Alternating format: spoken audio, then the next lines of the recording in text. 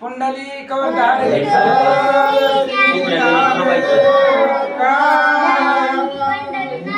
भगवान की जय। राजा प्रभु रामचंद्र भगवान की जय। पवन सुत हनुमान की जय। गुरुदेव देव हरि। श्री गणेशाय नमः। श्री सरस्वती नमः। शरबधनी बांधुनी रघुनाथ इंद्रजित अतिशय शरघत तेची ताची श्लोकार्थ स्वयंवंदत ते ऐका।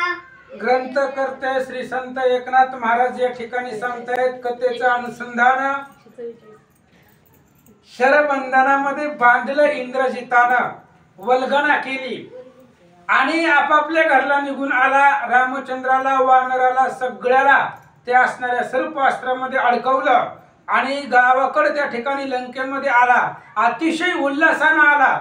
जेवढं झटत होता यासाठी केला होता अट्टहास। त्यानं जो प्रयत्न केला होता एवढा अभिचारिक यत्नाचा त्याच त्या ठिकाणी त्याला प्राप्त झालं फळ। त्यामुळे त्याला आनंद वाटला आणि लंकेमध्ये माघारी चालला। शरबंधी राम लक्ष्मण दीर्घ शरण चेचन पाडले रे कोणी दोघे जण इंद्रजित पण वल्गिरे। आणि इंद्रजित वल्गना करू लागला। राम लक्ष्मण पडलेले पाहिले। ज्यावेळेस ती पडले रणांगणावरती त्यावेळेस वल्गना करू लागला।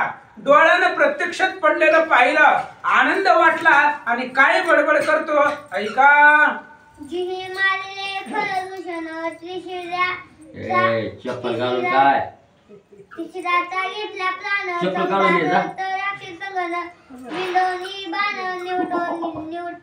इंद्रजित बोलू लागला ज्या रामानं खर दूषणाला मारलेला आहे, त्रिशर्याला मारलेला आहे, 14,000 मारले, ज्याचा धाक सगळ्या राक्षसांना आहे असा असणारा तू राम आणि त्या रामाला आज मी माझ्या बाणामध्ये अडकवलं अशी गर्जना करू लागला। ऐकला श्रीराम पदार्थी तेने एवढी केली खाती हे ऐकून लंकापती होऊन लाटी चली कापे। एकला रामचंद्र आहे, पदाती आहे, रथ नाही, सारथी नाही, घोडे नाही, सैन्य नाही, असा असणारा एकटा एक राम। त्याला शरबंधनामध्ये तो रामाला रावण घाबरत होता, राक्षस घाबरत होती। एवढा ज्याचा पराक्रम आहे त्या रामाला मी अडकवलं म्हणून गर्जना करू लागला। श्रीरामाचा प्रताप भेष सदावे सोनी नावे रावण ते दोघे राम लक्ष्मण शरबंदी पूर्णम्या पाडले। ह्या रामचंद्राच्या ताकदीला रामाच्या प्रतापाला रावण वसनत होता। वसनत म्हणजे झोपेतून सुद्धा अचानक जागा व्हायचा। रामचंद्राची धास्ती होती राजा रावणाला। झोपेमध्ये सुद्धा वसनत होता, रामाचं नाव घेऊन बडबड करत होता, रामाच्या बाणाची धाक घेतलेला होता। असा रावण ज्या रामाच्या प्रतापाला घाबरत होता, वसनत होता, त्या रामाला मी शरबंधनामध्ये अडकवलं, पाडलं असं बोलू लागला। 88 सरस्वत रशिगण शिवशक्र चतुरान मिळाल्या सुरसुरा पूर्ण शरबंध सोडवणे। इंद्रजित विचार करू लागला मला माहिती आहे 88,000 ऋषीशर येऊ द्या किंवा शिव शक्र चतुरानना महादेव येऊ द्या, इंद्र येऊ द्या, ब्रह्मदेव येऊ द्या, 33 कोटी देव येऊ द्या, कोणीही येऊ द्या, शरबंधन सुटत नाही। ही शरबंधनामधून वाचणारच नाही, मग कोणीही येऊ द्या असं इंद्रजित बोलू लागला। माझ्या शरबंधापासून सोडवू सके ते कोण शरबंधे राम लक्ष्मण दोघे जण संपूर्ण मारले। हे राम लक्ष्मण मारलेच, माझ्या शरबंधनामधून कोणीच यांना वाचवू शकत नाही। कोणीही जरी आलं तरी शरबंधन सुटत नाही। माझ्या शरबंधनापासून जगतामध्ये राम लक्ष्मणाला कुणीच वाचवणार नाही, ते निश्चितच मेले असं इंद्रजित बोलू लागला। इंद्रजित वीर जगजेती शरबंधाचे परिपाटी वानर वीर कोट्यानो कोटी रण परिपाटी पाडले। इंद्रजित योद्धा आहे पण कपट नीतीमध्ये तो योद्धा आहे, सामर्थ्य पुरुषार्थ नाही। आणि इंद्रजिताने विचार केला मी जग जेठी आहे, जगतामध्ये मी श्रेष्ठ आहे। राम लक्ष्मण वानरगण एक एक वानर शरबंधनामध्ये अडकवलंय, राम लक्ष्मणाला पाडलंय अशी गर्जना जाता जाता करू लागला।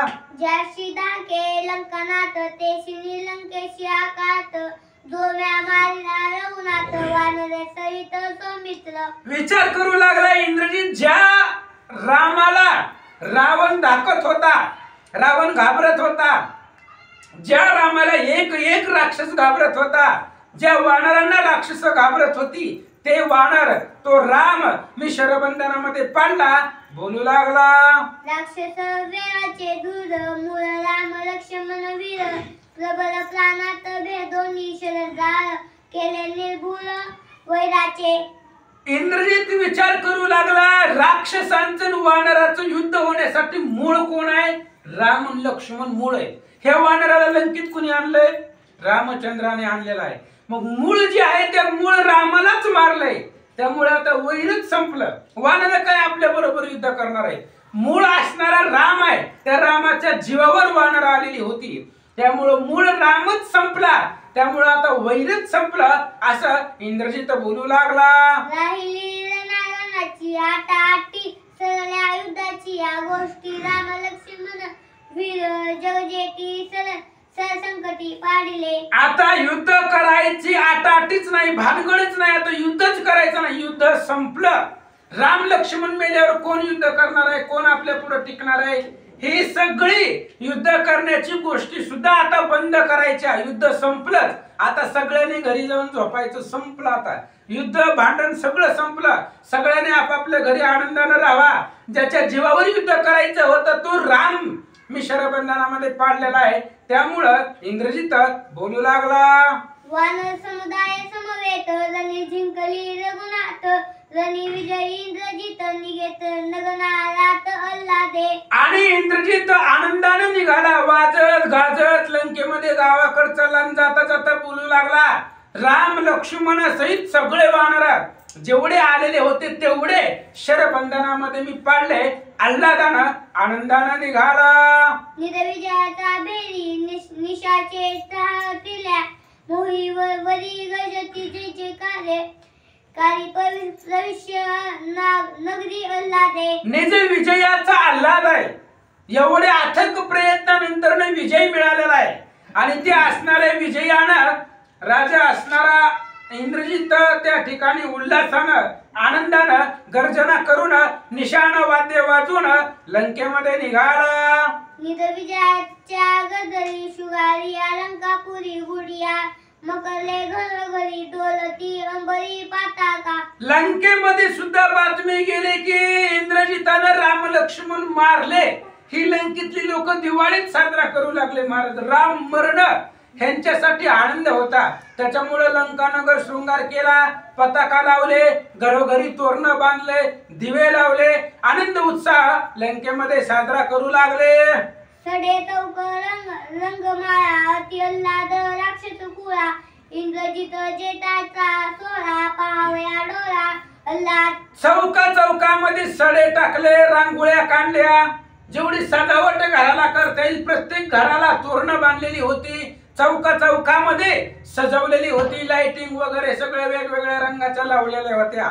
इंद्रजित जित्याचा सोहळा, इंद्रजितानं जो विजय मिळवलेला आहे त्याचा असणारा जो विजयी झालेला आहे त्या विजयाचा सोहळा पाहण्यासाठी इंद्रजिताला बघण्यासाठी लंकेमधली लोक एकत्र झाले.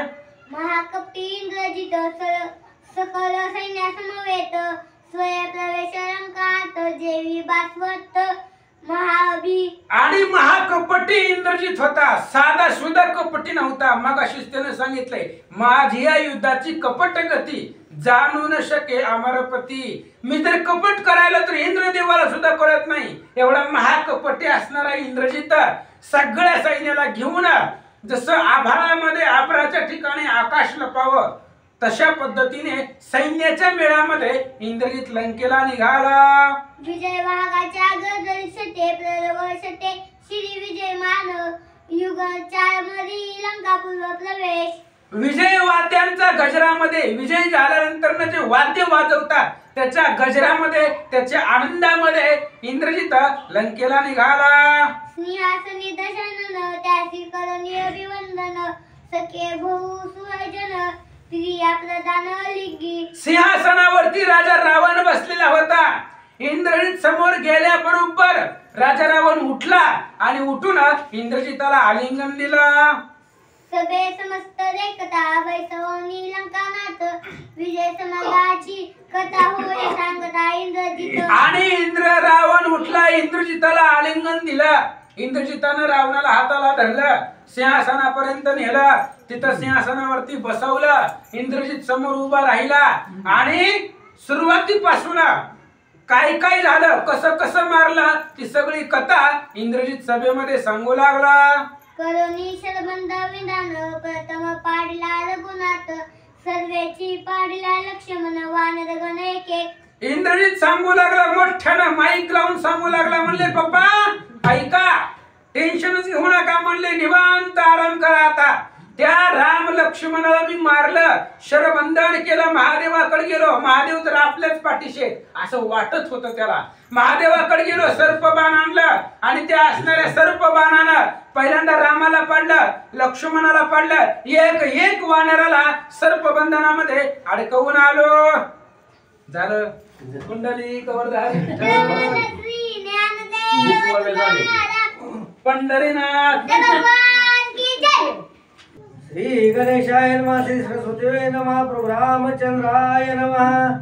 अंगद सुग्रीव जांबवंत रणी पाडिला हनुमंत वानर विराती समर्थ मारिले समस्त शरबंदे. आणि सांगू लागला इंद्रजित राजा रावणाला. म्हणले ऐका राजे साहेब ऐका, म्हणले टेन्शन घेऊ नका, राम लक्ष्मणाला तर मारलेलंच आहे, पुन्हा अंगद आहे, त्या अंगदाला सुद्धा पाडलं. हनुमंताला सुद्धा पाडलं. जांबवंत नळ नीळ पनस ऋषभ गज गवय गवाक्ष दधिमुख सगळ्या वानराला शरबंधनामध्ये अडकवलं. ऐकोन इंद्रजितांचे वचन गर्जे रावण आला दोन हरी के करुणी उत्पलवन ते आलिंगन पुत्रा ते. आणि असं इंद्रजिताने सांगितल्या बरोबर राजा रावणाला एवढा आनंद वाटला, सिंहासनावरनं उडी मारली, इंद्रजिताच्या समोर आला, गाढ अशा प्रकारचं आलिंगन दिलं, कपाळावरती चुंबन घेतलं आणि एवढा आनंद राजा रावणाला झाला. वीस भुजी अलंघिता धणीन पुरे लंकनाथा पुन्हा मुख चुंबिता वग्राई माता आल्हादे. आणि परत परत त्या ठिकाणी कपाळाचं चुंबन घ्यायचं, पुन्हा त्या ठिकाणी गाढ अशा प्रकारचं आलिंगन द्यायचं, तरी रावणाचं समाधान होत नव्हतं. कारण लाडका पोरगा होता, श्रेष्ठ होता, मंदोदरीचा आहे. पहिली लग्नाची पत्नी मंदोदरी, तिचा मुलगा होता, श्रेष्ठ होता आणि आवडता होता. त्याच्यामुळं परत परत कपाळाचं चुंबन घ्यायचा, परत परत आलिंगन द्यायचा, आनंद वाटू लागला. रत्नांचा अभिषेक निज पुत्राशी करी दशमुख रणी विजयाचा हरिका परम सुख लंकेश. राजा रावणाला खूप सुख वाटू लागलं. डोळ्यामधून जी पाणी पडतंय त्या पाण्याचा अभिषेक, आनंद अश्रूंचा अभिषेक इंद्रजितावरती सुरू होता. परत परत असणारं मुखचुंबन करायचा. रणामध्ये जो विजय मिळालेला आहे त्या विजयाचा आनंद राजा रावणाला वाटू लागला.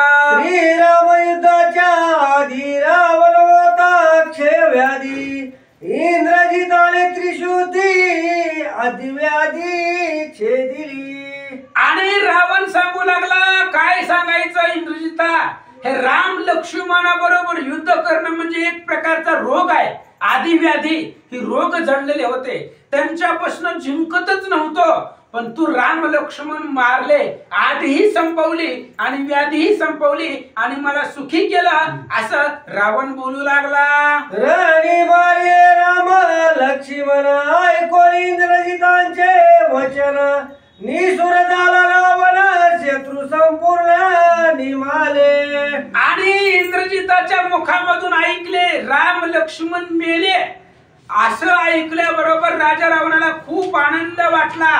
एवढा आनंद वाटला, राम लक्ष्मण मुख्य शत्रू होते, तेच मारले, त्यामुळे आनंद वाटू लागला. राम लक्ष्मण सहवानरी रणी मारिली आवरी वैर माझ नाही संसारी निश्चय करी रावण.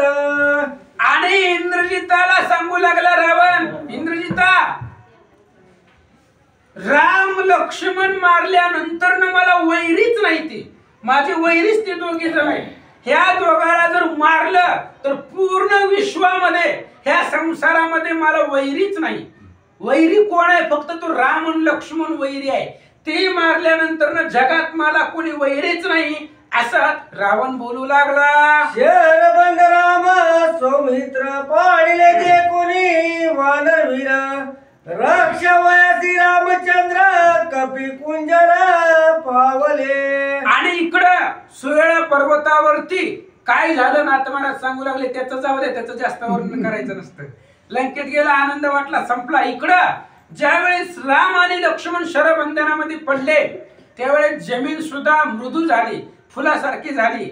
जमिनीवरचे खडे काटे रामाच्या अंगाला टोचू नये मऊ झाली. आणि राम लक्ष्मण पडल्यानंतर ना राम लक्ष्मणाच्या शरीराचं संरक्षण करण्यासाठी असंख्य वानर एकत्र गोळा झाले. इंद्रजित विजय गजरा प्रवेशाला लंकापुरा शरबंदी श्रीरामचंद्र रक्षण वानरा अति यज्ञ. आणि इकडं इंद्रजित विजयाच्या गजरामध्ये लंकेला गेला निघून. इकडे शरबंधनामध्ये रामचंद्र लक्ष्मणजी पडलेले होते, शरबंधनामध्ये अडकलेले होते. त्यावेळेस सगळे वानर अत्यंत प्रयत्नानं रामचंद्र लक्ष्मणाचं संरक्षण करू लागले. शेरबंदी राम सौमित्र संरक्षणी वानरवीर पावले पैत्वर परमशूर वाढीवा. आणि इकडं शरबंधनामध्ये रामचंद्र आणि लक्ष्मणाचं संरक्षण करण्यासाठी थोर थोर वानर जे बलवान आहेत, सामर्थ्यवान आहेत, अशा प्रकारची वानर रामचंद्राच्या सुरक्षिततेसाठी जवळ आले. कोण कोण आले ऐका.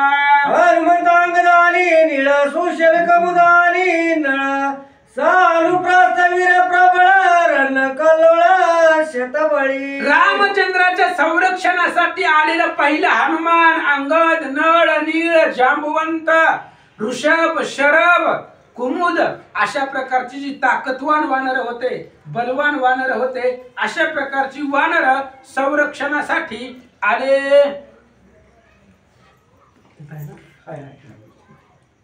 मोबाईल नवीन आहे. झालं.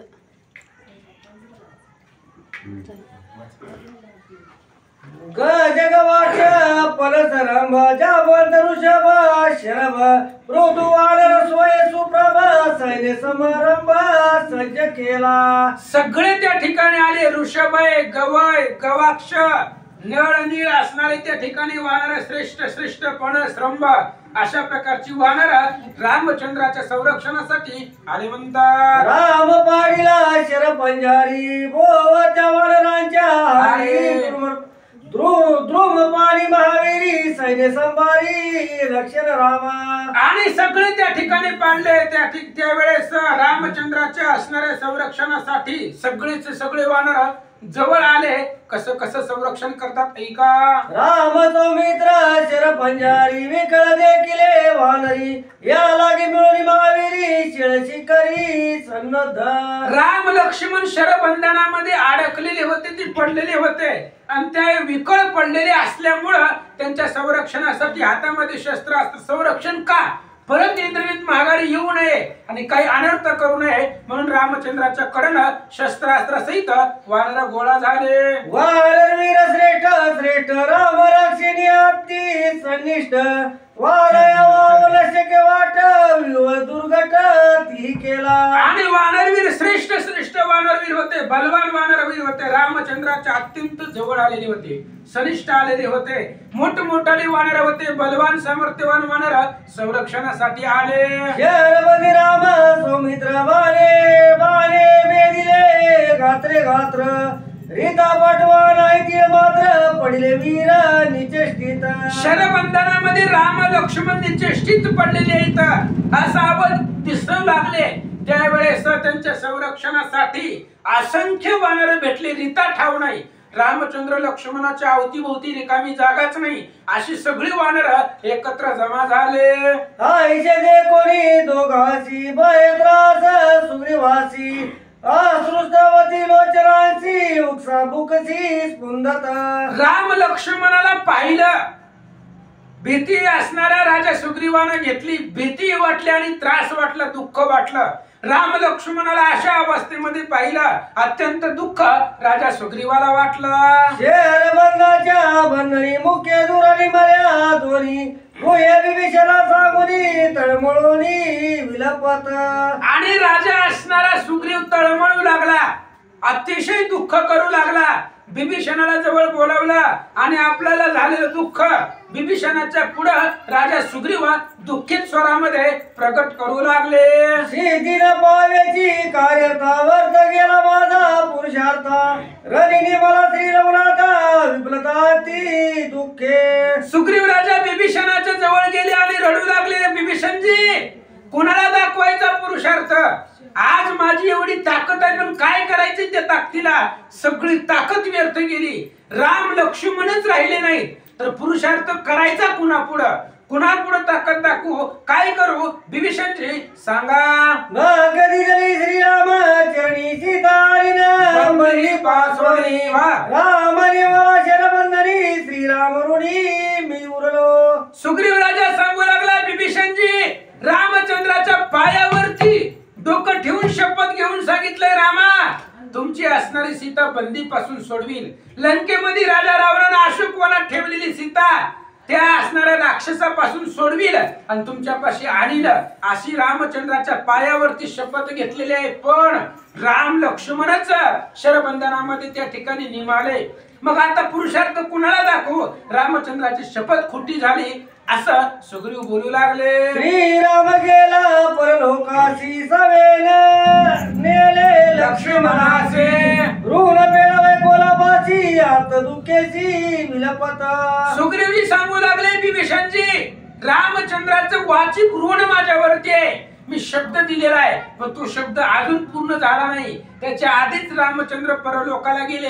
एकटे गेले नाहीत, लक्ष्मणाला घेऊन गेले. लक्ष्मण जर असते तर लक्ष्मणा पुढं तो प्रताप दाखवला असता, त्यांच्या पुढे ऋण फेडलं असतं. पण आता कोणापाशी फेडावं?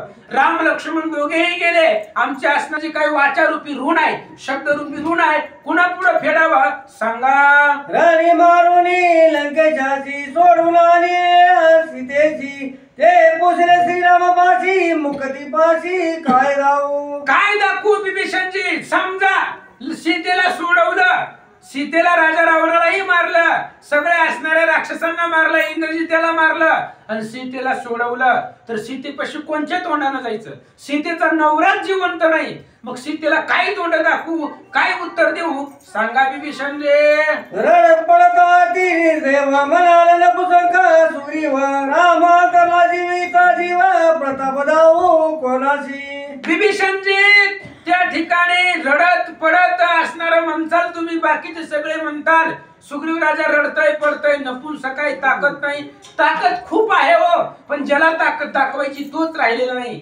जीवाचा जीव राम आहे आणि तो रामच राहिला नाही, तर कुणापुढे पुरुषार्थन ताकद दाखवू सांगा. सुग्रीवजी बोलतात, माझ्या अंगाती पुरुषार्थ क्षणे जाईन लंकाला रणी उकडी इंद्रजित तरी रघुनाथ न भेटे. विभीषणजी, माझ्या अंगी खूप ताकद आहे हो, भरपूर पुरुषार्थ आहे. आता जाऊन राजा रावणाला मारून येतो. त्याला मारायचं काय अवघड आहे? पाठीमागच गोपुरावर असताना सुद्धा त्याला मारायला धावलेलो होतो, तेव्हा वाचला कसा तरी. आता जाऊन राजा रावणाला मारील, पण रावणाला मारल्यानंतर राम भेटणार नाही. राम अंतरलेला आहे, राम दूर गेलेला आहे. काही जरी केलं तरी रामचंद्र आता भेटणार नाही, तर याचं दुःख होऊ लागलं.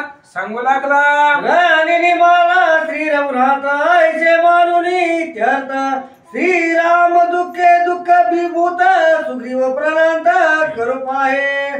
सुग्रीवाने विचार केला, विभीषणजी, किती जरी पराक्रम दाखवला, काही जरी केलं, कोठ्यामध्ये राक्षस जरी मारले, तरी राम आता भेटत नाही. आणि जर रामच भेटले नाही, आम्ही सुद्धा माघारी जाणार नाहीये.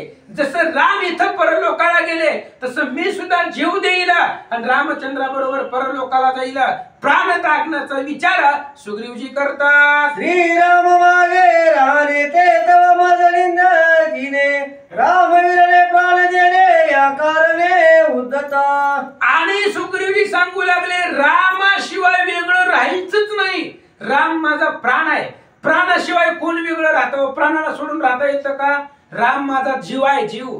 आणि त्या रामरूपी जीवाला सोडून वेगळं राहायचंच नाही. राम जर गेला तर मी सुद्धा जीव देईल म्हणून प्राण देण्यासाठी सुग्रीव राजा तयार झाले. त्याची विभीषण संमुखीत नाही मला रघुनाथ समूळ घेता व्रतांत व्यर्थ प्रणांत का करीशी. विभीषण बुद्धिवान होते. विभीषणजी सांगू लागले, सुग्रीवजी त्या इंद्रजितामध्ये एवढी ताकद नाही की रामचंद्राला मारील.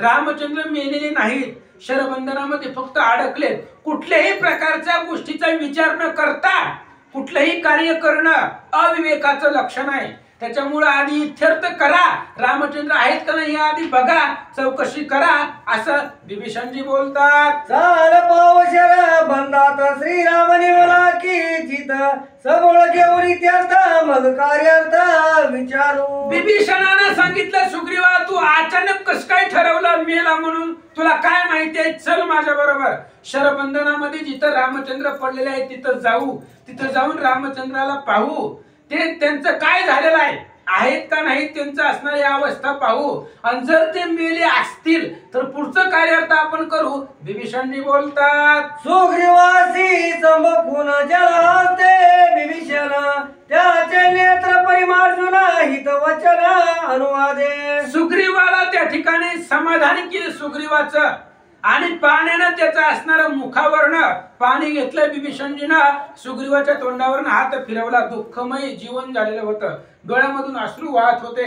आणि हिताचं हित कशामध्ये आहे ते हिताचं बोलणं विभीषणजी बोलतात. तू तव राजा वानर नाथ तुझ देखून या रडत पडत इंद्रजित येऊन त्वरित करील गात सर्वांचा. विभीषण सांगू लागले, तू वानरांचा राजा आहे, वानराने कसंही वागू द्या, राजाला मर्यादा असते. तू जर इथं रडत पडत बसला तर ते इंद्रजित आता माघारी येईल. काही लांब नाही, आपण लंकितच आहोत. आता इंद्रजित माघारी येईल आणि सगळ्या वानराला मारेल. त्यामुळं तू सावध राहणं गरजेचं आहे. तू धीरवीर पुरुषार्थ राहणं गरजेचं आहे. तू जर रडत पडत बघितला तर इंद्रजित येऊन सगळ्याला मारेल, म्हणून तू सावध राहा. विभीषणजी बोलतात, श्रीरामाच्या हित कार्यार्था पवर्ता वेगा तत्वता एवढ द्यावी कळता संरक्षिता श्रीराम. आणि रामचंद्राच्या हित कार्यासाठी सावध राहा सुग्रीवजी. असं रडून आणि पडून जमत नाहीये. लक्ष देऊ नाही का? सावध राहावा. रामचंद्राचं कार्य आपल्याला साधायचंय. शरीरामध्ये विकळता येऊन देऊन जमत नाही. अखंड पुरुषार्थ शरीरामध्ये पाहिजे. रामाचं संरक्षण करायचंय. चला, विभीषणजी बोलतात, श्रीराम होईल सावधान त्रिसत्य सत्य माझे वचन विकल्पना धरावा पण ऋषी भाषण वाल्मिकी. आणि विभीषणजी सांगू लागले, सुग्रीवा माझं वचन सत्य आहे. माझ्या मुखाला अजून विटाळ नाही. तोंडाला विटाळ कधी येतो महाराज? ज्यावेळेस आपण खोटं बोलत त्यावेळेस तोंड विटाळलं जातं. माझं असणारं मन शुद्ध आहे, मुख शुद्ध आहे, आणि त्या मुखानं सांगतोय सत्य. सत्य त्रिकालबाधित सत्य सांगतोय. रामचंद्राला मरण नाही. ऋषी वाल्मिकाचा अनागत भविष्य आहे. रामचंद्र शरबंधनामधून सावध होतील. विभीषणजी बोलतात, सेना सैनिक प्रधान मिळवून वानर गण श्रीराम रक्षवा पण सावधान जव होय. आणि विभीषणजी सांगतायत, सुग्रीवा सगळं वानर सैन्य घे तुझा आणि रामचंद्राचं संरक्षण कर.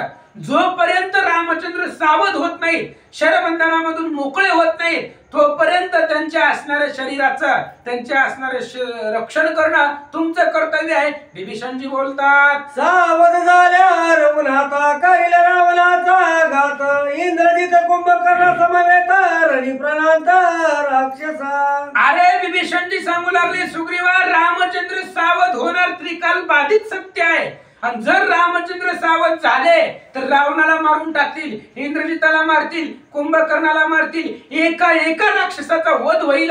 विभीषणजी बोलतात, राक्षसांची जाती व्यक्ती उरून दी रघुपती सकळ भयाची समाप्ती जाण निश्चिती श्रीरामे. आणि सांगू लागला विभीषणजी, सुग्रीवा लक्ष देऊ नये, राक्षसांची जातच रामचंद्र शिल्लक ठेवणार नाही. सगळ्या राक्षसाला मारून टाकतील. आणि एवढं असणारे कीर्ती रामचंद्र शरबंधनामधून मोकळे होऊन करतील. विभीषणजी बोलतात, सुग्रीवानी विभीषण ऐकोनी दोघांचे अनुवादन अंगद झाला हर्षवदन श्रीराम महिमा विभीषणाचं बोलणं चालू होतं. ती बोलणं अंगदानं ऐकलं. पडलेला होता शरबंधनामध्ये पण ऐकलं. ऐकल्याबरोबर अंगदाला हसू आलं. कारण अंगदाला रामचंद्राच्या पुरुषार्थाचा प्रताप, सामर्थ्याची ताकद माहिती होती. त्यामुळे अंगद हसून काय बोलतात, श्रीराम नावाच्या स्मरणी जन्म मरण समूळ पळणे, तो राम पडला रक्षाबंधनी सत्यवानी तो मूर्ख. अंगद सांगू लागला, ऐका सुग्रीवजी, विभीषणजी ऐका. रामचंद्राचं नाव घेतल्यानंतर मरण पळून जात. मरण मरून जात. पळून जाण्यापेक्षा मरणच मरतय. मरण माझे मरुनी गेले, मज केले अमर कधी रामाच्या नावानं. मरण पळून जात, मरून जात. आणि तो राम शरबंधनामध्ये अडकला, पडला, मेला असं जो म्हणतो तो मूर्ख आहे. अंगद बोलू लागले, शस्त्रघात लागल्या स्वप्नी तिने जागृतीने मरे कोणी, देवी राक्षस सरबंधोनी श्रीराम रणी केवी पडे. अंगदाने सांगू लागलं, ऐका विभीषणजी ऐका, सुग्रीवजी ऐका. स्वप्न पडलं आपल्याला झोपीमध्ये, आणि स्वप्नामध्ये जर एखाद्याचा शस्त्रघात झाला, स्वप्नामध्ये ऍक्सिडेंट झाला, तर माणूस खरंच मरतोय का?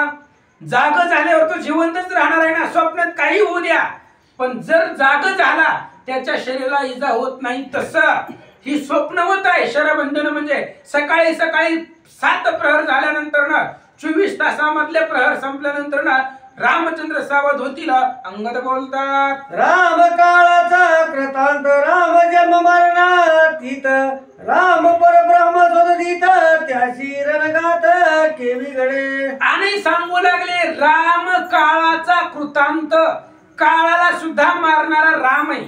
राम काळाला ऐकतात का? काळ काळा ते आकळीत, काळा ना कळे रघुनाथ, तोही बैसला गिरी गुहेत, सीते शुद्धार्थ नटनाट्य किष्किंदकन अटवाध्याय.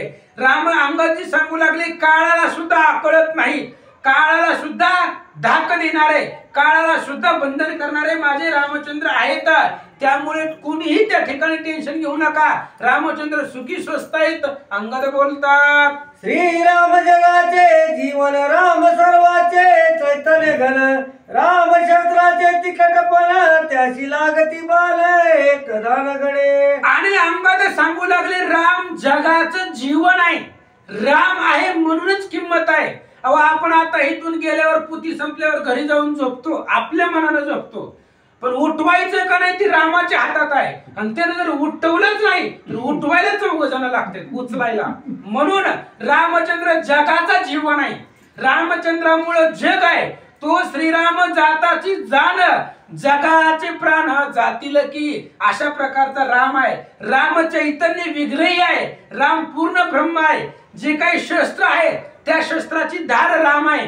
शस्त्राचा तिखटपणा राम आहे. आणि त्या रामाला कसं शस्त्र लागतील? अंगद बोलतात, राम अवतारी ब्रह्म पूर्ण त्याची नाही जन्म मरण, त्याचे अंगी लागून बाल पावला निधन ते मिथ्या. अंगद सांगू लागले, ऐका सुग्रीवजी, मरणाची भीती कुणाला आहे? कुणाला आहे मरणाची भीती? जो जन्मला आहे त्याला मरणाची भीती आहे. जो जन्मलेलाच नाही, जो अवतरित झालेला आहे, अवताराला मरणाची भीती नसते. राम चलत चलत वैकुंठाला जाऊन येतील, स्वर्गात जाऊन येतील, गावाला गेल्यासारखं. त्यांना काय? त्यांना जन्म मरणाची भीती नाही. मग मरणाची भीती कुणाला आहे? जे जे आकारात आले ते ते नाशात पावले, जे जननी जठरी नाही जन्मले ते अमर झाले सर्वस्वे. जगामध्ये अमर अशीच आहे जी आईच्या पोटातनं जन्मलेली नाही. मग आईच्या पोटातनं कोण जन्मलं नाही याचा अर्थ अमर कुणीच नाही, सगळ्याला मरण आहे. पण रामचंद्र अवतरित झालेले, त्यांना जन्मही नाही आणि मरणही नाही. जन्म मरणाच्या पलीकडचा राम आहे. अंगद बोलतात, राम चैतन्य विग्रही राम देईची विदेही, श्रीरामाची द्वंद्व बाधा नाही पडिला गाई ते मिथ्या. आणि रामचंद्र घावाने पडले, बाण लागून पडले, शरबंधनामध्ये अडकले, हे सगळं खोटं आहे, मिथ्या आहे. रामचंद्र विदेही अवस्थेमध्ये वर्तन करताय, त्यांना देहाची व्यथाच होत नाही. अशा पद्धतीने अंगद बोलतात, करिता राम नाम स्मरण मरणाची आलट मरण, त्या श्रीरामाला मुनी बाल निमल पूर्ण ते मिथ्या.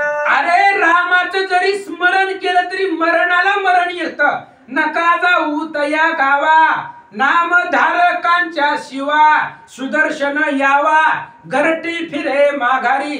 जिथं रामायण चालू आहे तिथं मरणाला एंट्री नाही. का? भगवान श्री विष्णूचं सुदर्शन त्या घराच्या कडनं फिरतय. जिथं जिथं रामचंद्राचं नामस्मरण आहे त्या घराचं संरक्षण सुदर्शन करतय. आणि सुदर्शना पुढे यम येणार आहे का? म्हणून जिथं रामाचं नामस्मरण आहे तिथं मरण येतच नाही. आणि शरबंधनामध्ये पडला सगळं खोटं आहे. अंगद बोलतात शरबंधनी रघुनंदन ती स्वरूपे सावधान.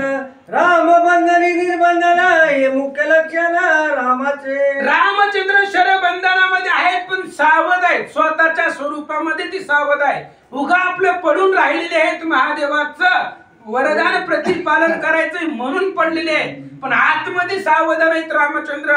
अशा प्रकारे अंगद बोलतात राम शरबंधनी बंधातीत तरी का पडून राहिला येत.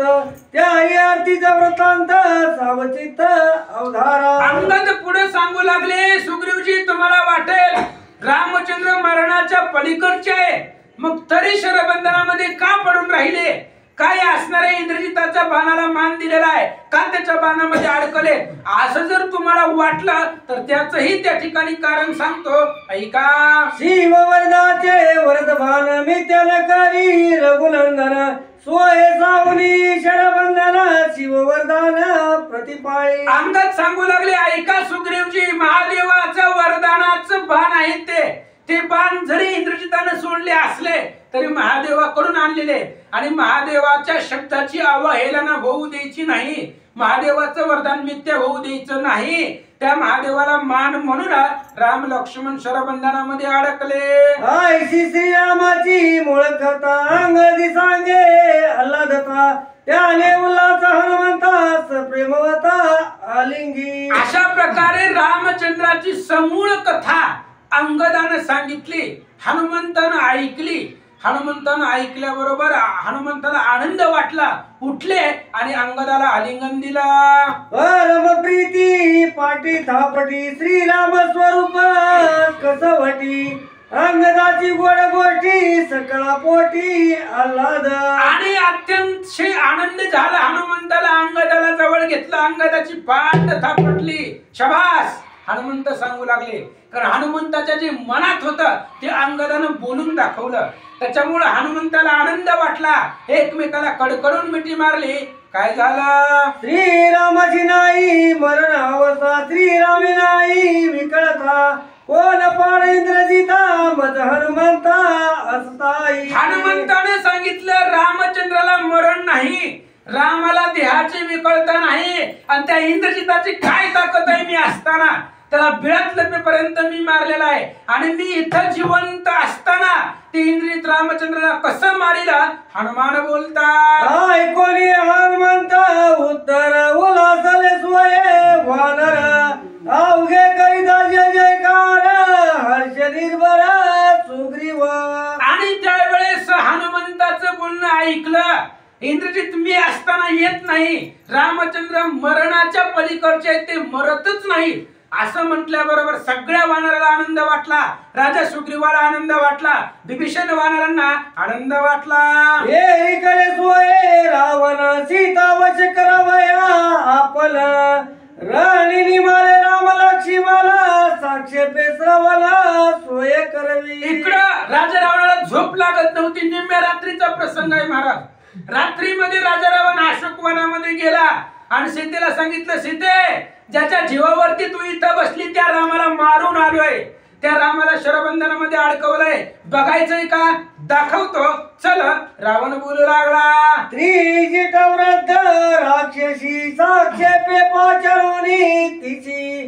रावण सांगे ती अति उल्हासी गरजोनी. आणि त्रिजटा वृद्ध राक्षसी आहे. रावणाची बहीण आहे पण सीतेचा सहवास होता. त्यामुळं सीतेचा भजनाचा परिणाम त्रिजटीवरती पडलेला होता. त्याच्यामुळं त्रिजटा अतिशय सज्ञान होती. राजा रावणाने सांगितलं विमान घेतलं. त्रिजटेनं सीतेला विमानामध्ये बसवलं आणि रणांगण रावण त्रिजटेला काय सांगतो ऐका. इंद्रजित आले करुणी रण रणी मारी राम लक्ष्मण. आईशे सीतेची सांगुरी आपण करवी दर्शन दोहींचे. रावण त्रिजटेला बोलू लागलेला आहे, तिला जवळ बोलवलं आणि त्रिजटेला सांगितलं सीतेला घे, विमानामध्ये घाल. आणि इंद्रजितानं कसं कसं रण केलेलं आहे, त्या इंद्रजितानं राम लक्ष्मणाला कसं कसं मारलेलं आहे ते उल्हासानं सांग आणि तिला दाखवायला घेऊन जा. रावण सांगू लागला, सीता पुष्पकी वाहुनी जाण ती सीता कवी रणांगण जे ते पाडिले राम लक्ष्मण बिंदून बाल शरबंदी. आणि सांगू लागला राजा रावण त्रिजटेला, सीतेला विमानामध्ये बसव. आपलं पुष्पक विमान आहे, ते बी कुबेराकडून आणलेलं होतं हे रावण. त्या विमानामध्ये बसव सीतेला आणि सगळं रणांगण जिथं राम लक्ष्मण पडलेले आहेत तिथं विमान घेऊन जा आणि विमानामधून राम लक्ष्मणाचा चेहरा त्या सीतेला दाखव.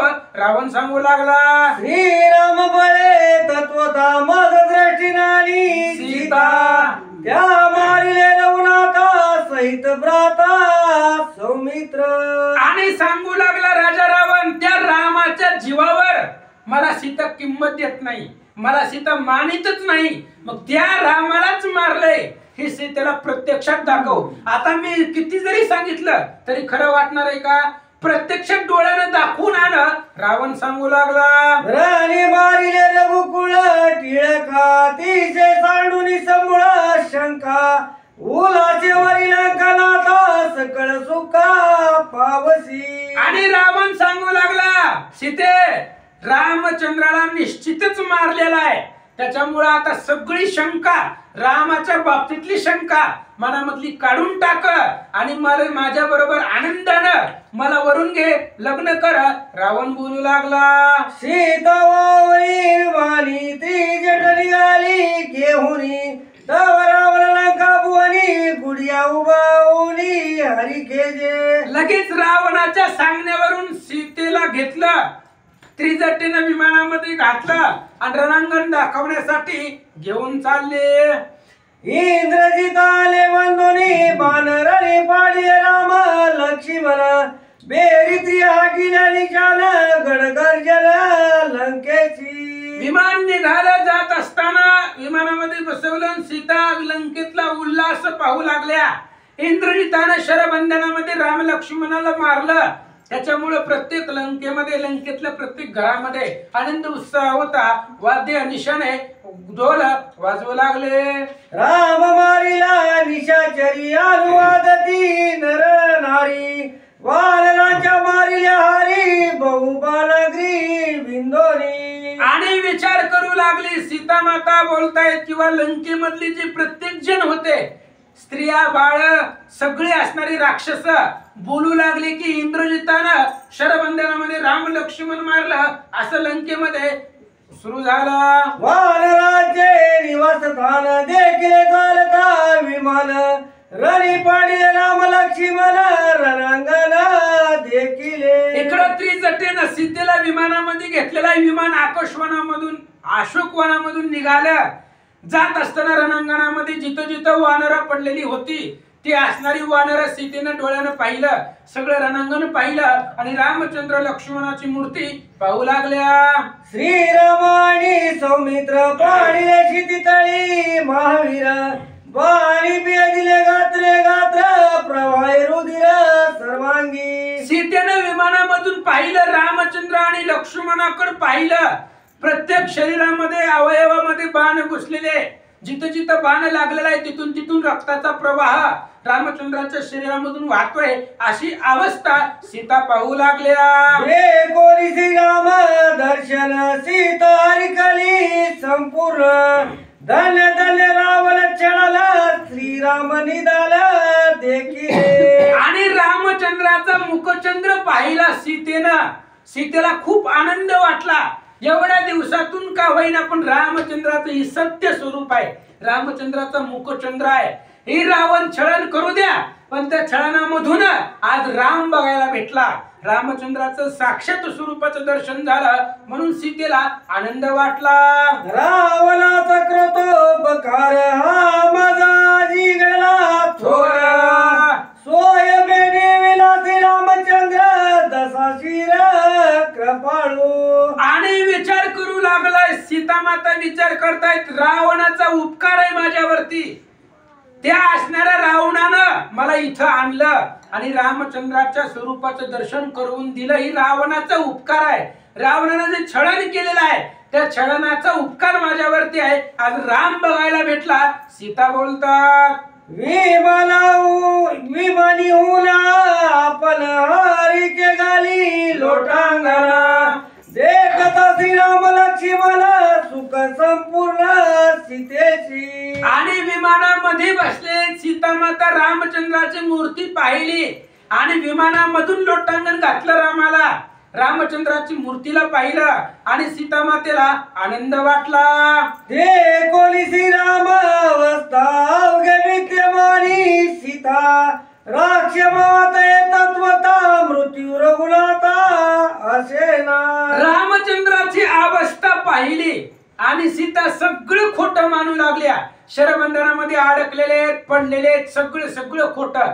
राक्षस माव आहे, हे राक्षसाची माया आहे, पण रामचंद्राला काहीच होत नाही. सीतेला माहिती होत. ऐकता राम नाम गजर मृत्यू पळयाती सर्वरा नाय राम नाम समोर श्रीरामचंद्र न मरावे. सीता विचार करू लागल्या, रामचंद्राचं नाव ऐकलं तरी मृत्यू पळून जातोय.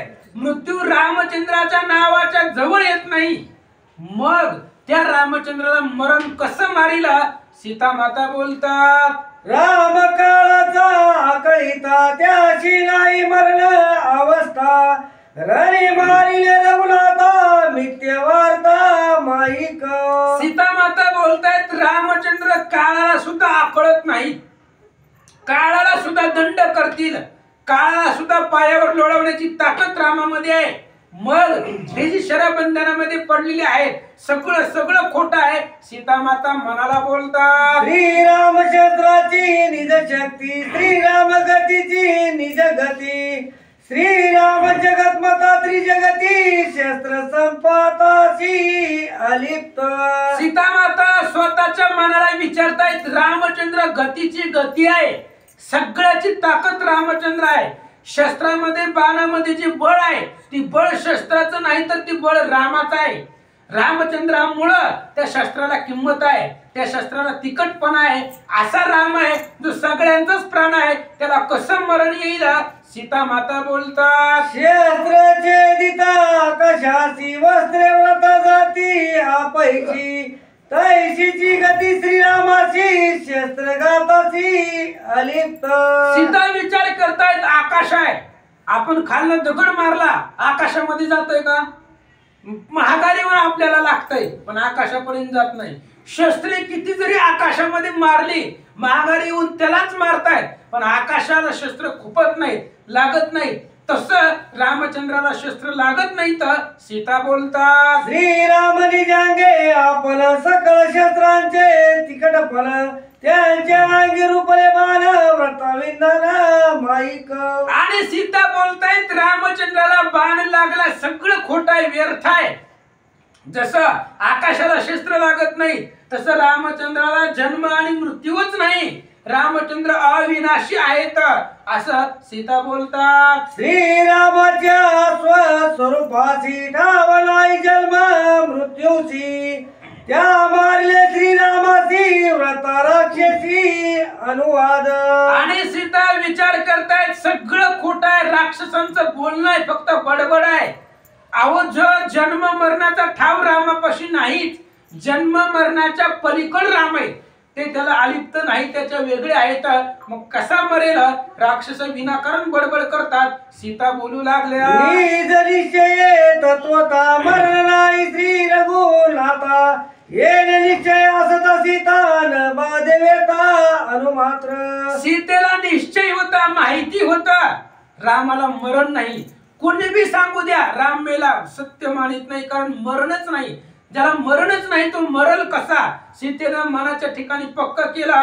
त्यामुळं रामाच्या वियोगाची व्यथा किंवा मरणाची व्यथा सीतेला तिळा एवढी सुद्धा नाही. श्रीराम शिव सीता शक्ती येरांच्या जाणती घरे तेही लोक रक्षणार्थी असे विलपती ते ऐका. ही तिघजण एकमेकाचं अंतर जाणतायत. कोण कोण?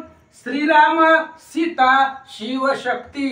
श्रीरामचंद्र, सीता आणि महादेवजी तिघांचं एकमेकाचे अंतर जाणतात. त्यामुळे ही तिघ आहेत, रामचंद्र आहेत, महादेव आहेत आणि सीता आहेत. एकमेकाचं अंतर ओळखून सीता दुःख करतात. ऐका, माझ्या सर्वांगी शुभ लक्षण माझला यावे वैद्य फल घरी मारिल्या रघुनंदन अवलक्षण लक्षणे. सीता माता विचार करू लागल्या, जर राम खरंच मेले असते तर माझ्या अंगावरती सगळी शुभ लक्षण आहेत. मला वैधव्य नाही. वैधव्य म्हणजे विधवा. मी विधवा नाही, मला वैधव्यपणा नाही, कारण रामचंद्र सुखी स्वस्त आहेत असं सीता बोलतात. हाती पद्म पायी पद्म टाळा पुस्तकी सौभाग्य पद्म रणी मारिल्या श्रीराम पद्मे अपद्म मज माझी. सीता बोलतायत, माझ्या हातामध्ये पद्म आहे, पायामध्ये पद्म आहे, सगळ्या अंगाला पद्म आहे. पद्म म्हणजे लक्ष्मी. आपल्या सुद्धा हातामध्ये पद्म असतं महाराज, म्हणून दिवा हातानं विजवायचा नाही. दिव्याजवळ हात गेला की पद्म जळून जातं. लक्ष्मी संपत्ती हातातले. म्हणून माझ्या हातामध्ये पद्म आहे, पायामध्ये पद्म आहे, मीच लक्ष्मी आहे. मग कसा रामचंद्र मरेल असं सीता बोलतात. निज लक्षणे सीता सती स्वयासे अनुवादती हाती दुखे विलपती श्री रघुपती वियोगे. सीतेला सुद्धा माहिती आहे रामाला काहीच झालेलं नाहीये, पण लौकिकार्थ लोकांसाठी सीतामाता शोक करतायत. अतिशय दुःखानं रडू लागल्या. रामचंद्राच्या वियोगामध्ये दुःख करतात. ऐका, सौभाग्यवती तू संपूर्ण विशिष्टांचे आशीर्वचन मिथ्या झाले त्याचे ज्ञान श्री रघुनंदन निमाल्या. सीता माता बोलतायत, मला वशिष्ठांचा आशीर्वाद आहे आणि वशिष्ठ एवढे सामर्थ्यवान आहे, सूर्याच्या जागेवर आपल्या काठीला लावतील एवढी सामर्थ्य असणाऱ्या वशिष्ठ महाराजांकडे आहे. सगळ्या सूर्यवंशाचे ती कुलगुरु आहे आणि अशा असणारी वशिष्ठ त्यांचा मला आशीर्वाद आहे. सदा सौभाग्यवती भव अशा प्रकारचा आशीर्वाद असताना सुद्धा जर रामचंद्र मेले तर त्या वशिष्ठाचं ज्ञान खोट होईल असं सीता बोलतात. मदसी श्रीरामाचं अभिषिंचन ऐशा अगतीचे वचन त्यांचे मिथ्य झाले ज्ञान रघुनंदन निमाल्या. सीता बोलतायत, अगस्ती महाराज आहे, अगस्तींचा आशीर्वाद आहे. अरण्यकांडाच्या 5व्या अध्यायामध्ये रामचंद्र अगस्तीच्या आश्रमामध्ये राम लक्ष्मण सीता आले होते. त्यावेळेस अगस्ती ऋषींनी आशीर्वाद दिला होता, सीता आणि रामचंद्राचा राज्याभिषेक होईल, अयोध्येचं राज्य रामचंद्राला प्राप्त होईल. पण जर इथं रामचंद्र मेले तर त्यांचा आशीर्वाद खोटा होईल, त्यांचं ज्ञान खोट होईल. सीता बोलतात, अनुसय प्रतिव्रत पुन्हा निज सौभाग्य अर्पी आपण तिच्या उडाले शिदीपण रघुनंदन निमाल्या. अनुसयेने सुद्धा आशीर्वाद दिलेला आहे. अनुसया पतिव्रता, पूर्ण पतिव्रता आहे, कारण तिने देवाला बाळ करायचं सामर्थ्य फक्त अनुसयेमध्ये आहे. त्याच्यामुळे ती अनुसया पूर्ण पतिव्रता आहे आणि तिनेही मला अनुसयेचं सौभाग्य जे आहे सौभाग्य अर्पण केलेलं आहे. आणि जर रामचंद्र मेले असतील तर त्या अनुसयाच्या पतिव्रतेचं सुद्धा पुण्य संपेल असं सीता बोलतात. अरुंधती श्रेष्ठ नारी तिने मदती दिली गळसरी श्रीराम निमल्यावरी तिची तोरी अतिमिथ्या. अरुंधती श्रेष्ठ नारी आहे, जगतामध्ये पतिव्रता अरुंधती आहे. तिने मला गळसरी दिलेली आहे आणि रामचंद्र जर मेले असतील तर त्या अनुसयाचं अरुंधतीचं सुद्धा सामर्थ्य खोट होईल, तिची थोडी मिथ्या होईल असं सीता बोलतात. विश्वामित्र वरद परमानित्य सीता सौभाग्य संभ्रम त्याची मिथ्या वचन धर्म रणी श्रीराम निमाल्या. विश्वामित्रानं सुद्धा सांगितलेलं आहे सीता नित्य पतिव्रता आहे, कधी कधी नाही, नित्य सदोदित पतिव्रता आहे. आणि असं असणारा आशीर्वाद त्या ठिकाणी असणाऱ्या विश्वामित्राचा आहे. आणि जर इथं राम मेले तर विश्वामित्राचं सुद्धा वरदान खोट होईल. सीता बोलतात, हार महालक्ष्मी मन दीर्घ स्वरे करी रुदन दिव्यास्त्र संपूर्ण सर्वांगी बाल वेदले कैसे. सीता रडू लागल्या, विमानामध्ये मोठमोठ्यानं आरडू लागल्या, लागल्या आणि सीता बोलताय भयंकर दिव्य अस्त्र जवळ असताना ही शरबंधनाचे बाण कसे लागले, अंगाला कसे खरतडले. सीता बोलतात सर्वांगे कटोरुनी बाण क्षिती लोळती राम लक्ष्मण सीता द्रगे करुणी रुदन काय आपण अनुवादे. काय सीता माता बोलू लागल्या, मोठमोठ्या विमानामध्ये रडू लागल्या. सर्व अंगाला बाण खरतडलेले, सगळ्या अंगाला बाण लागलेले, तिथून रक्ताचा प्रवाह वाहतोय. अवस्था पाहिली आणि दुःख करू लागल्या. आणि मला राम लक्ष्मण निशंक मज गांजिले रावण मी आताची साडीने प्राण कास संपूर्ण घातली. सीतेने विचार केला आता राम लक्ष्मण मेले, निश्चितच मेले. आता राजा रावण काय मला सुखात ठेवील का हो? अहो रामचंद्र असताना त्रास देत होता, आता जर रामचंद्रच राहिले नाहीत मग रावण किती गांजील, किती त्रास देईल. मग त्या रावणाचा त्रास सहन करण्यापेक्षा इथं रामाच्या समोर मेलेलं बरं. म्हणून कमरेला साडी खवली आणि विमानामधून उडी टाकायला सीता तयार झाल्या. व्रजासन धर्मलित करुणी नयन सबायसी रामे चिंतून त्या जावया प्राण उदित. सीता मातेनं जीव देण्यासाठी सुरुवात केली, जगायचंच नाही. अर्धे डोळे झाकले, अर्धे उघडले आणि विमानाच्या दरवाजापाशी आल्या आणि आता विमानामध्ये उडी टाकून जीव द्यायचा म्हणून सीता तयार झाल्या. तवत्री जगमले सीतेशी तू काय जाशील परम पिशी स्वस्त असता श्रीरामाची तू का त्याची निज प्राण. तेवढ्या वेळामध्ये त्रिजटेने धरलं सीतेला, सांगितलं सीते वेडी आहेस का? म्हणले काय झालंय तुला? अरे रामचंद्र जगाचा प्राण आहे, तो मरणार नाहीये, असं का तू करायली? त्रिजटा बोलतात आय कोणी सीतेचे रुदन दे कोणी प्राणांत निर्वाण त्रिजिटा बोले आपण सीते सावधान अवधारी. सीतेचं निर्वाण पाहिलं आणि सीता प्राण देण्यासाठी तयार झालेल्या पाहिल्या बरोबर त्रिजटेनं बोलायला सुरुवात केली. काय बोलतात? राहिली मला राम लक्ष्मण हे माझे सत्य भाषण शेरबंदी सावधान दोघे जण निज बोधे. आणि त्रिजटा सांगू लागली सीते राम लक्ष्मण मेलेलीच नाहीत, माझं सत्य भाषण आहे. शरबंधनामध्ये अडकलेत पण त्यांना काहीच झालं नाहीये. त्रिजटा बोलते असती त्या फाशी केवी सापडती शरबंधाची त्या सबुळ कारणाची ऐक तुझं फाशी सांगे. त्रिजटा सांगू लागली सीते लक्ष देऊन ऐक, अशा प्रकारची अस्त्र राम लक्ष्मणापाशी आहेत. मग एवढी शस्त्रास्त्र असताना सुद्धा ती शरबंधनामध्ये कशी अडकतील?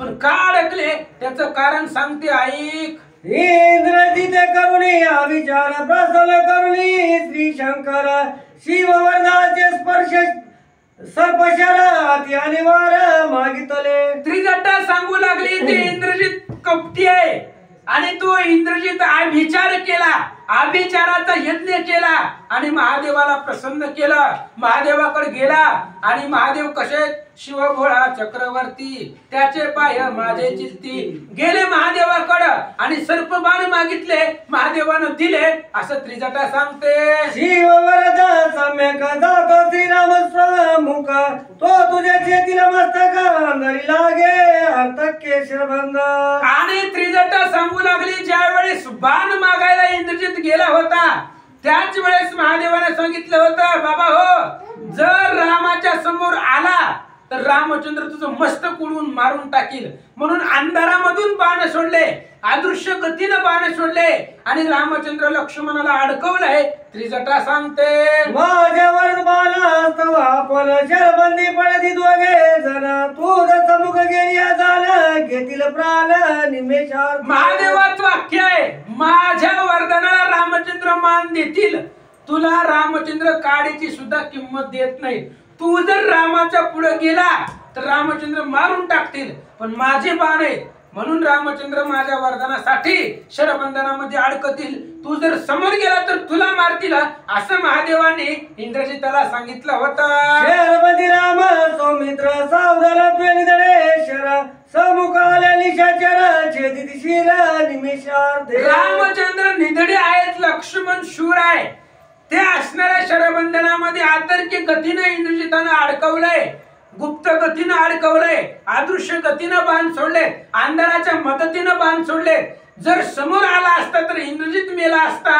त्रिजटा सांगते शिव वरदा बेन कदा समुख नये रावण इंद्रजित सोय आपण राक्षस घालन येती. आणि असं महादेवाचं वरदान आहे. शरबंधनामध्ये रामचंद्र असताना त्यांच्या पुढे जायची हिंमत रावणाची नाही, राक्षसाची नाही, इंद्रजिताची नाही. आणि जर समोर आले तर रामचंद्र त्यांचा घात करतील. म्हणून असं वरदान असल्यामुळं कोणीही रामचंद्राच्या समोर येत नाहीये. त्रिजटा सांगते सप्तप्रहर झाल्या पाठी सुटती शरबंधाच्या घाटी दोघे उठती कडकडाटी राम जगजेठी अनिवार्य. आणि सकाळी सकाळी ही पूर्ण 24 तासात 8 प्रहर असतात. ते 8 मधले 7 प्रहर संपल्यानंतर ना रामचंद्र आणि लक्ष्मण ही शरबंधनाच्या संकटामधून मुक्त होतील. आणि मोकळे झाल्यानंतर ना पुन्हा राम जग जेठी अनिवार्य. पुन्हा राम राक्षसांना ऐकत नाही तर असं त्रिजटा सांगते. आणि काय गुह्य गोष्टी गरुडील श्रीराम भेटे शर शर्प पळती उठा उठी दोघ जेठी निर्मुक्त. आणि त्रिजटा सांगते अजून एक गुह्य आहे. गरुड रामचंद्राच्या भेटीला येणार आहे, रामचंद्राच्या दर्शनाला येणार आहे. आणि जर गरुड आल्यानंतर ना साप राहतील का? गरुडाचं आणि सापाचं वैर आहे. गरुड आल्याबरोबर साप निघून जातील आणि रामचंद्र लक्ष्मण निर्मुक्त होतील असं त्रिजटा सांगू लागले. सत्यानामध्ये माझे वदन पुरी मिठाई नाही जाण पुढे न बोल्या सत्य वचन सत्य भाषण हे माझे. त्रिजटा सांगू लागले मी आजपर्यंत कधीच खोटं बोललं नाही म्हणून माझ्या तोंडाला विटाळ नाहीये. मी कधीच असत्य बोलले नाही आणि पुढे सुद्धा माझ्या मुखाला माझ्या तोंडाला कधीही विटाळ नाही. ते माझं तोंड पुढे सुद्धा कधी खोटं बोलणार नाही आणि पाठीमागं सुद्धा कधी खोटं बोललेले नाही. म्हणून माझं वचन त्रिकालबाधित सत्य आहे. त्रिजटा सांगते सीता सतीचे संगती त्रिजटेची नाना स्फूर्ती दृष्टी गेली रघुपती विद्यान स्थिती ठसावे. आणि एवढं ज्ञान त्रिजटेला कुठून आलं तर सीतेची संगत होती आणि सीतेच्या संगतीमध्ये असल्यामुळं एवढी ज्ञान त्रिजटेला प्राप्त झालेलं होतं. नाथ महाराज सांगतात आणि प्रत्यक्ष दृष्टांत विद्वास स्पर्श विमान पतित ते तवगडे येत तू सौभाग्यवती श्रीरामे. त्रिजटेने दुसरा पुरावा दिला. म्हणले सीते आई हे विमान आहे आणि हे पुष्पक विमान असं आहे. ह्याच्यामध्ये जर विधवा स्त्री बसली तर विमान उडत नाही, विमान ढासळतं खाली, विमान उड्डाण करत नाही. विधवा स्त्री बसल्यानंतर ना ज्या आरती हे विमान आकाशामध्ये आहे त्या आरती रामचंद्र सुरक्षित आहेत असं त्रिजटा बोलते. निर्मला रघुनाथ तरी हे विमान होते पतित तू सौभाग्य भाग्यवंत स्वस्त रघुनाथ चिरबंदी. त्रिजटा सांगू लागले हा दृष्टांत प्रत्यक्ष आहे. मला माहिती आहे विमानाची ख्याती. जर रामचंद्र मेले असते तर तू विधवा झाली असती आणि विधवा स्त्री जर बसली तर विमान पतित होतं, विमान खाली ढासळतं. ज्या आरती विमान आकाशामध्ये आहे त्या आरती रामचंद्र सुरक्षित आहे. त्रिजटा सांगते ज्याची स्वभावे विमान प्राप्त तो तर लोक्य होई समर्थ ते विमान देत लंकनाथ तू सौभाग्यवंत भाग्याची. आणि त्रिजटा सांगू लागले हे पुष्पक विमान आहे, कोणालाही भेटत नाही. ज्याला भेटल तो भाग्यवान आहे. आणि रावणाने स्वतःहून विमान तुझ्यासाठीच दिलेला आहे, तुला बसण्यासाठी दिलेला आहे. त्यामुळे तू भाग्यवान आहे, सौभाग्यवती आहे. त्रिजटा सांगते वाटून प्राप्त होय विमान या भाग्यात निज महिमान येते गणू शक्य कोण तो सौभाग्यपूर्ण श्रीरामे. अरे हे विमान कुणालाच प्राप्त होत नाही आणि ज्याला मिळाल तो भाग्यवान आहे. त्याच्यामुळं तू भाग्यवान आहे पण रामामुळे आहे. रामचंद्रामुळे तुम्ही पूर्ण भाग्याचे आहोत, सौभाग्यवती आहे असं त्रिजटा सांगते. शर पंजारी श्रीराम स्वस्त सत्य मारून वचनार्थ सोग सैन्य दुखार्थ साडी समर्थ जानकी. आणि शरबंधनामध्ये रामचंद्र सुखी आहेत, स्वस्त आहेत, त्यांना काहीच झालेलं नाहीये असं मनामध्ये पक्क ठराव आणि शांत राहा, दुःख करू नको. त्रिजटा सांगते संरक्षणाची अनुरती त्रिजटेची सीता संगती तेने पावनी ज्ञान स्फूर्ती धन्य संगती संतांची. संतांची संगत धन्य असती महाराज. 6 महिने सीतेनं भजन केलं, फक्त 2 जणी सुधरवल्या. सीतेच्या भजनाने फक्त 2 जणीवरती परिणाम झाला. विभीषण जे आधीपासूनच भजन करत होते सीता यायच्या आधीपासून, पण सीतेच्या संगतीला लागल्यामुळं एक त्रिजटा आणि तिची असणारी मैत्रीण, तिचं नाव शर्मा होतं. त्रिजटेची सखी परमा, हरिके सांगू आली शर्मा, मरण नाही व प्लवंगमा, ऐक पराक्रमा त्याची अति असणारी शर्मा. 2 जण संगतीला लागल्यामुळं भजनाला लागल्या आणि त्या सीतेच्या संगतीमुळं एवढं ज्ञान त्या त्रिजटेला प्राप्त झालं. नाथ महाराज सांगतात, त्रिजट केवळ सत्व मूर्ती नाही असं त्याची अनुरती, तेरे पहिली सत सांगती ज्ञान स्थिती अनुवाद. त्रिजटा सत्व मूर्ती आहे. जसं विभीषण सत्ववान आहे तसं त्रिजटा सत्ववान आहे. कधीच खोटं बोललेलं नाही, अनु असत्य त्यांच्यापाशी नाही. म्हणून संत संगतीचं फळ त्रिजटेला प्राप्त झालं, म्हणून तिला एवढं ज्ञान प्राप्त झालं असं या ठिकाणी सांगतात. स्वस्त श्रीराम लक्ष्मण ऐकोली त्रिजटीचे वचन, सीता झाली सुप्रसन्न स्वानंद पूर्ण अनुवाद. रामचंद्र स्वस्त आहेत, लक्ष्मण स्वस्त आहेत, सुखी आहेत. त्रिजटेच्या मुखामधून ऐकलं, सीतेला आनंद वाटला. जे अनुवादिली साजनी तथासु तुझी वाणी, आईशी सीता अनुवादोनी श्रीम राम दर्शनी सादर. आणि त्यावेळेस सीतेने ऐकलं, सीतेला आनंद वाटला. सीतेने सांगितलं, जसं जसं तू बोललेलं आहे तसंच व्हावं, तुझ्या वाणीला सत्यपणा यावा, म्हणून त्या असणाऱ्या शरबंधनामध्ये राम लक्ष्मणाच्या दर्शनाचा प्रयत्न सीता करतात. कविता विमान श्रीरामाचे दूर दर्शन, सीता पाहे सावधान प्रत्यंगी मला निवसुनी. आणि मग ज्या वेळेस विमान महागारी फिरलं, अशोक वनामध्ये लंकेच्या दिशेने विमान निघालं, त्यावेळेस जाता जाता रामचंद्राच्या शरीर असणाऱ्या स्वरूपाचं दर्शन सीता घेऊ लागल्या. ठाल मान गुण लक्षण सबाय श्रीराम लक्ष्मण, सीताली रकी आपला सावधान पतिरूपी. आणि रामचंद्राचं स्वरूप ठाण मान गुण लावण्य लक्षण सगळं सीतामाता अनुलक्षणेनं अत्यंत बारीक दृष्टीनं अर्धोन्मलित करून डोळे अर्धे उघडे ठेवून झाकून असणाऱ्या रामचंद्राचं स्वरूपाचं दर्शन सीता घेतात. सबाय श्रीराम मूर्छ पत्रांतरी सोये सावधान, बाह्य धर्मोनीत नयन देखना पूर्ण सर्वांगे. रामचंद्र बाहेरून मूर्छित दिसतायत पण आतमध्ये सावध आहे. सीता मातेने पाहिलं, बाहेरून जरी बंधनामध्ये असतील, बाण लागलेले असतील, तरी आतमध्ये त्या ठिकाणी मूळ स्वरूपाच्या ठिकाणी सावध आहेत. सीता बोलतात, बाह्य श्रीराम शिरबंधन अंतरी बंध मोक्ष विहीन, बाह्य रुद्रो दीक्षण मलक्लीन अंतरी निर्मळ निर्गुणत्वे. आणि बाहेरून रामचंद्र जर बघितले तर शरबंधनामध्ये अडकलेले आहेत, पण आतमध्ये सावध आहेत. आतमध्ये कुठलंही बंधन रामाला नाही. बाहेरून जर पाहिलं गेलं तर जागोजागी बाण लागलेले आहेत. जिथं जिथं बाण लागलंय तिथून तिथून रक्ताचा प्रवाह वाहतोय, पण अंतःकरणामध्ये कसलाही मळ रामचंद्राला नाही. बाह्य विकळता रघुपती अंतरी सावधान सर्वाभूती, बाह्य पळवा दिसो दीक्षिती गुणती ती विश्रांती. बाहेरून पाहिलं गेलं तर विकळताय, अंगामध्ये विकळताय, क्षीणता आलेली आहे, पण अंतःकरणामध्ये पाहिलं गेलं तर सदोदित सावधान आहे.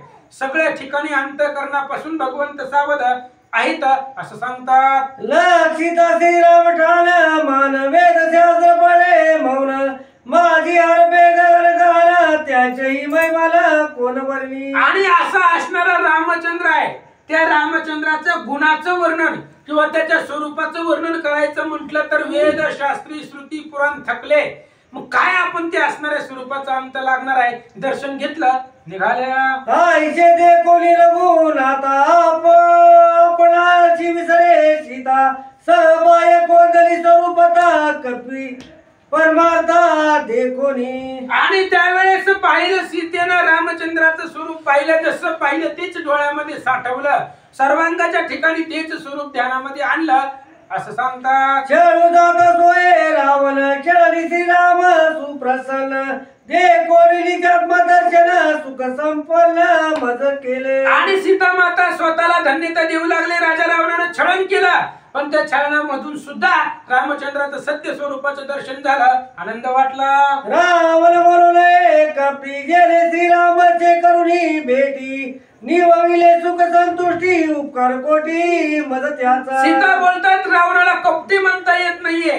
त्यानं जरी त्याच्या परीने छळन केलं असलं तरी सुद्धा त्या असणाऱ्या रावणाचा कोटी उपकार आज माझ्यावरती झाला.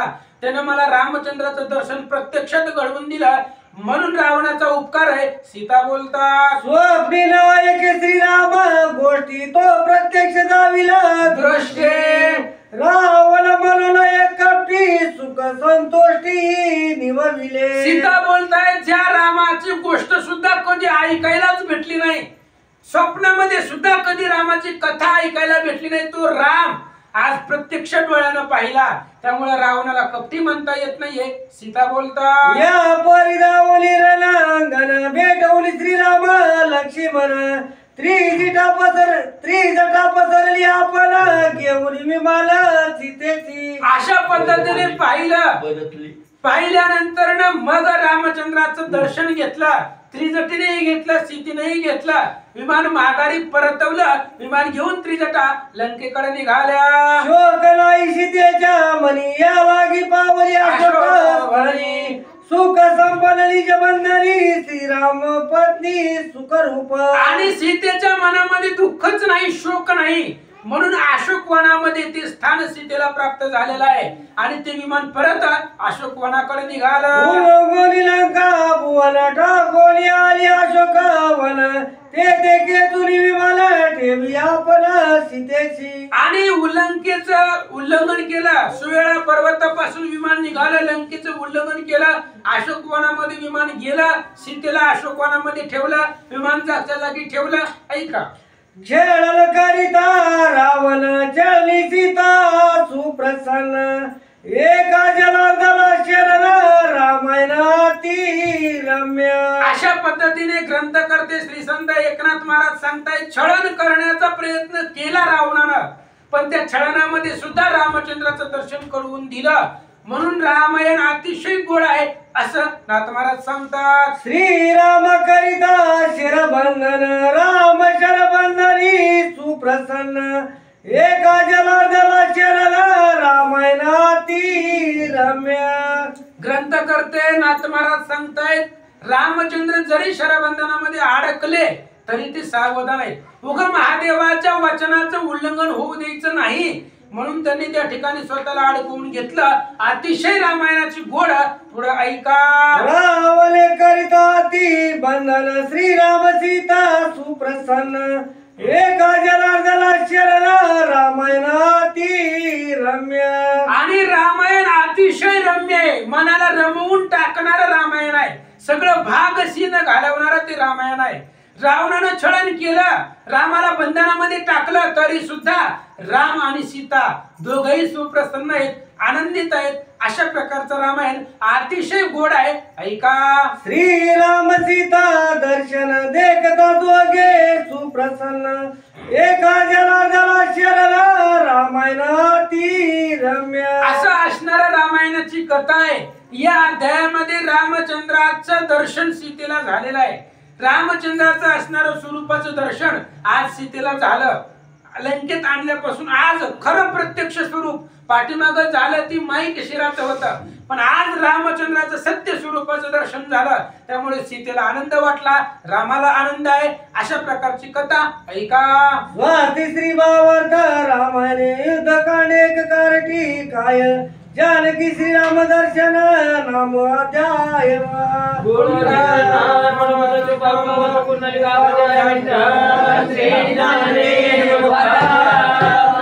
श्री